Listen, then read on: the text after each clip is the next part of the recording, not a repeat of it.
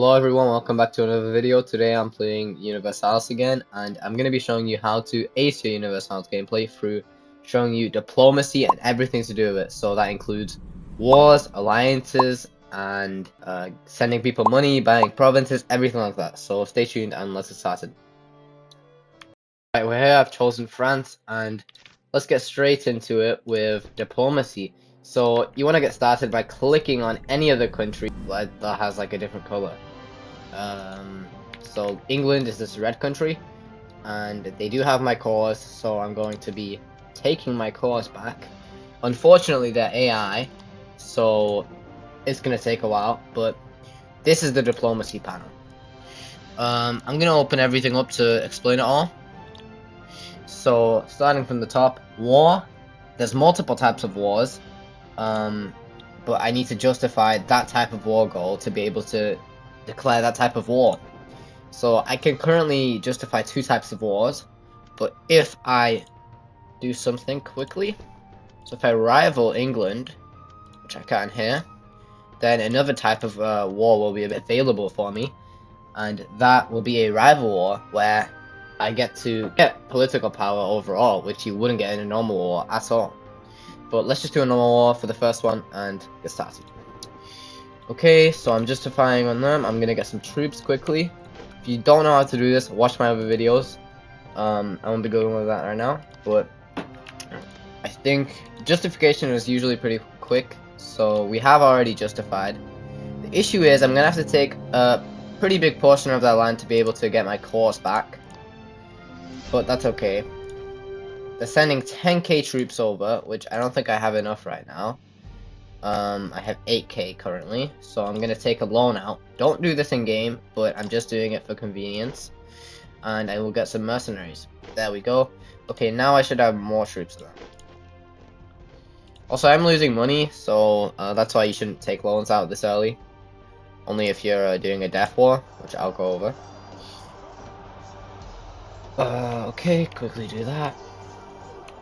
When it comes to actually taking provinces, you have to, well, get your army over that province, and there's going to be this percentage here, that's how much of the province they've taken.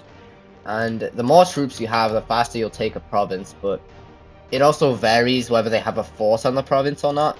So you'll see that I actually have 2 or 3 or 4 forts on my land. And it's these, like, castle thingies, and you see this simple one. This is the weakest type of fort there is in game, and that's a wooden fort.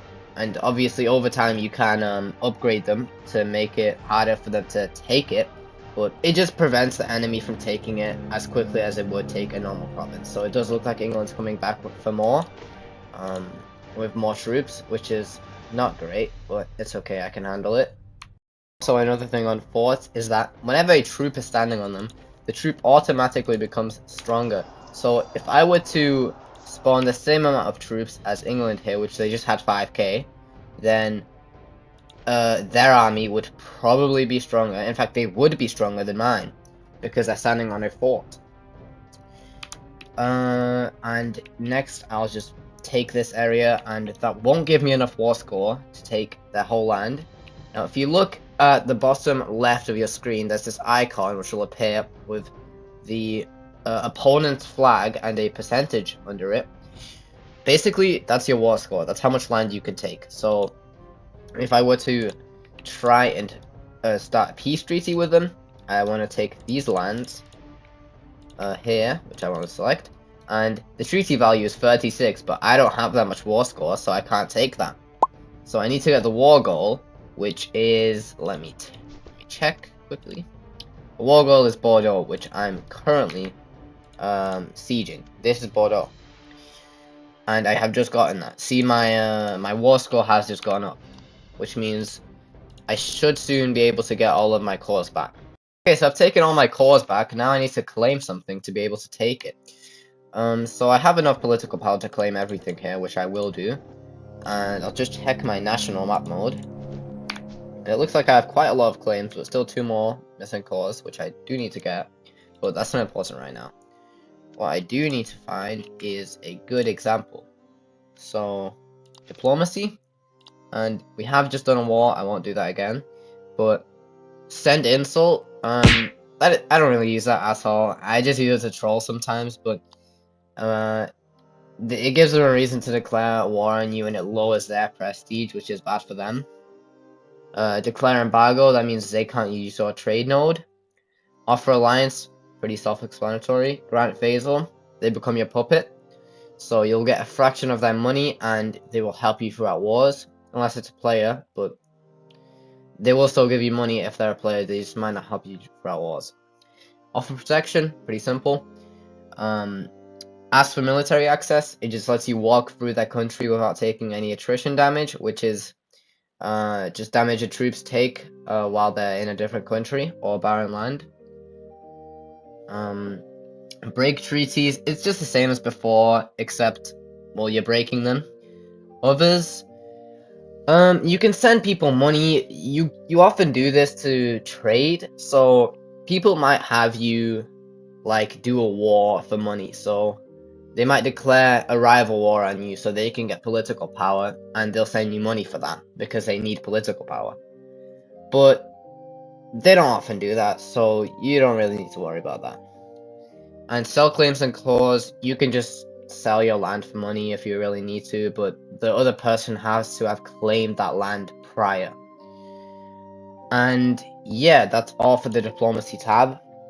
Last thing that I thought was worth mentioning is that certain countries can have certain types of war declarations. So I'm playing the Great Horde right now, which actually has a specific way of declaring war, and this goes for all of the Horde nations, so it includes Nogai and Kazan and maybe one or two more that I'm not sure about.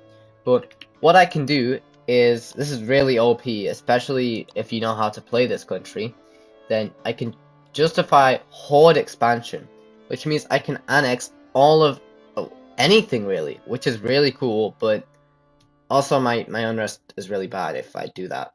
But that's not the point. You can annex anything that you haven't claimed. You don't need to claim, which is good. It's amazing. And that's just one thing I wanted to go over. And yeah, that's all I wanted to go through, and thanks for watching again. Please come back, watch my other videos if you want, but I'll be going over development in the next video. Goodbye.